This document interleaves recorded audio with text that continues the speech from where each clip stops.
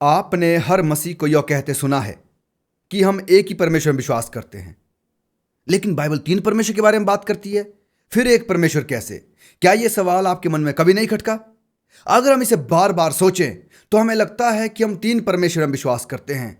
आप क्या सोचते हैं? आपके पास इसका क्या जवाब है? यदि आपसे कोई पूछे आप कितने परमेश्वर में विश्वास करते हैं तो आप क्या कहेंगे? क्या आपके पास कोई जवाब है? अगर नहीं तो आइए इसे जानें।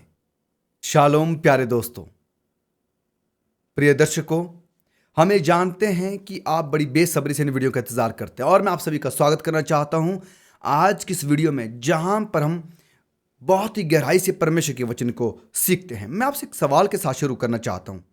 अगर आप मसीह हैं तो क्या आप मुझे बता सकते हैं कि आप कितने परमेश्वर में विश्वास करते हैं?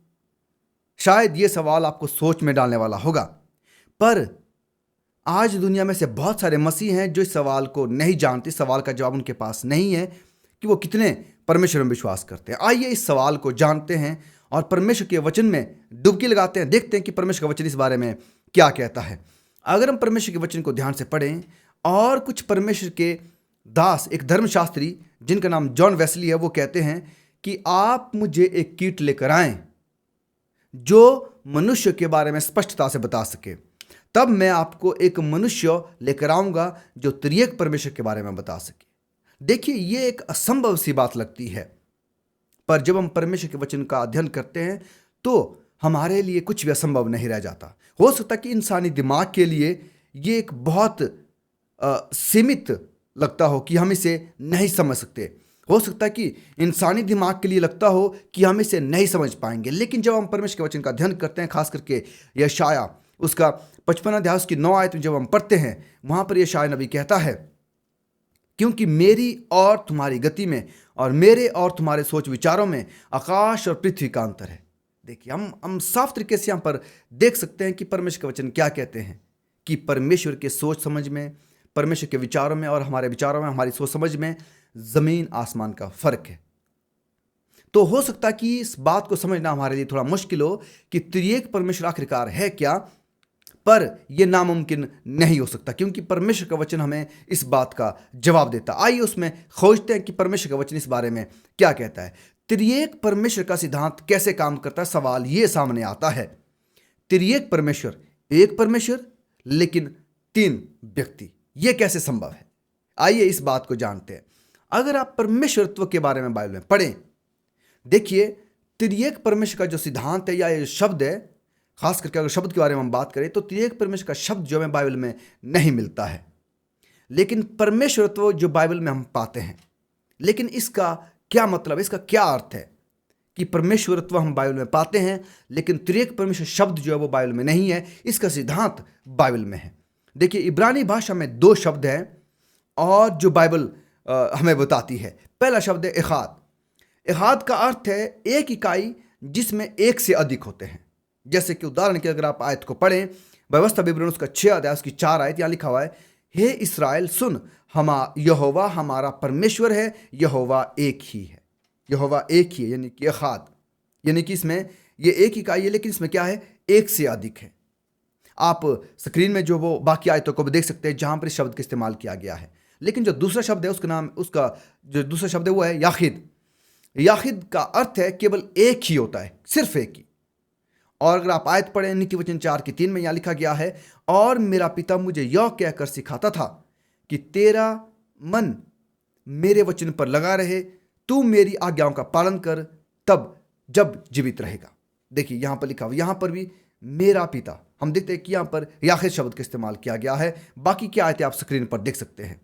तो आइए हम पवित्र शास्त्र में गोता लगाते हैं और यह पता लगाने की कोशिश करते हैं और इस आज के इस अध्ययन को हम और गहरा बनाते हैं कि बाइबल जो है वो एक परमेश्वरत्व होने का क्या अर्थ है बाइबल में, उसके बारे में सीखते हैं। और दूसरी बात, त्रिएक परमेश्वर या ईश्वरत्व के बारे में बाइबल क्या कहती है। आइए पहले सवाल के बारे में देखते हैं, एक परमेश्वर होने का क्या मतलब है। अगर आप परमेश्वर के वचन में पढ़ें तो और खास करके आप पाएंगे कि बाइबल में एक का मतलब हमेशा संख्यात्मक मात्र से नहीं होता कि ये सिर्फ गिनती है या संख्या है, नहीं। तो एक व्यक्ति को अक्सर निम्न उदाहरणों में भी देखा जा सकता है जो मैं आपके साथ पढ़ने जा रहा हूं। इस कारण पुरुष अपने माता पिता को छोड़कर अपनी पत्नी से मिला रहेगा और वे एक तन बने रहेंगे। उत्पत्ति 2:24।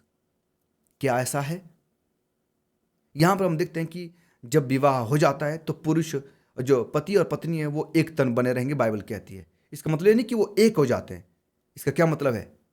कि वो एक साथ रहते हैं, वो एक साथ काम करते हैं, उनके सोच विचार एक से होते हैं। तो यही शब्द जो वो परमेश्वर के लिए लगाया गया है। इसका मतलब यह नहीं कि परमेश्वर एक है, पर उनका सोच विचार समझ काम करने का तरीका एक है। चलिए आगे देखते हैं। और हमें देखना बहुत जरूरी है बाइबल को गहरी तरीके से कि बाइबल इस बारे में क्या कहती है।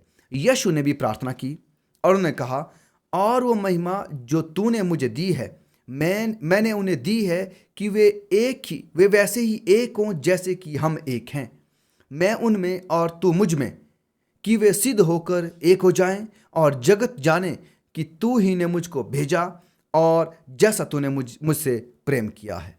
तो यहां पर हम देखते हैं, यह आयत साफ तरीके से कहती है कि यूहन्ना 17:22 और 23 में कि क्या है वो एक ही हैं। वो यीशु मसीह कहते हैं कि चेले क्या हों? एक ही हों। हम बाइबल में 3 बातों को पढ़ते हैं, परमेश्वर पुत्र, परमेश्वर पिता और परमेश्वर पवित्र आत्मा, लेकिन ये एक ही है। मेरे प्यारों, कैसे? सवाल फिर से यही खड़ा होता है।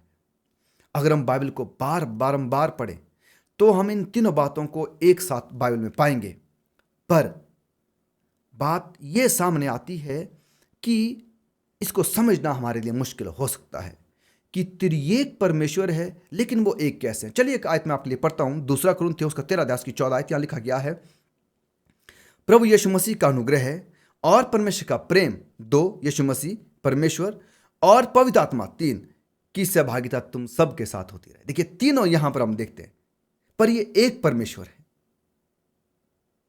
तो त्रिएक परमेश्वर के बारे में जब हम पढ़ते हैं तो त्रिएक को 3 एकजुट किस्में हैं, यानी कि वो एक हैं, लेकिन वो 3 अलग अलग व्यक्ति हैं, 3 पर्सनैलिटीज हैं। ये जानना आपके लिए, मेरे लिए बहुत जरूरी है।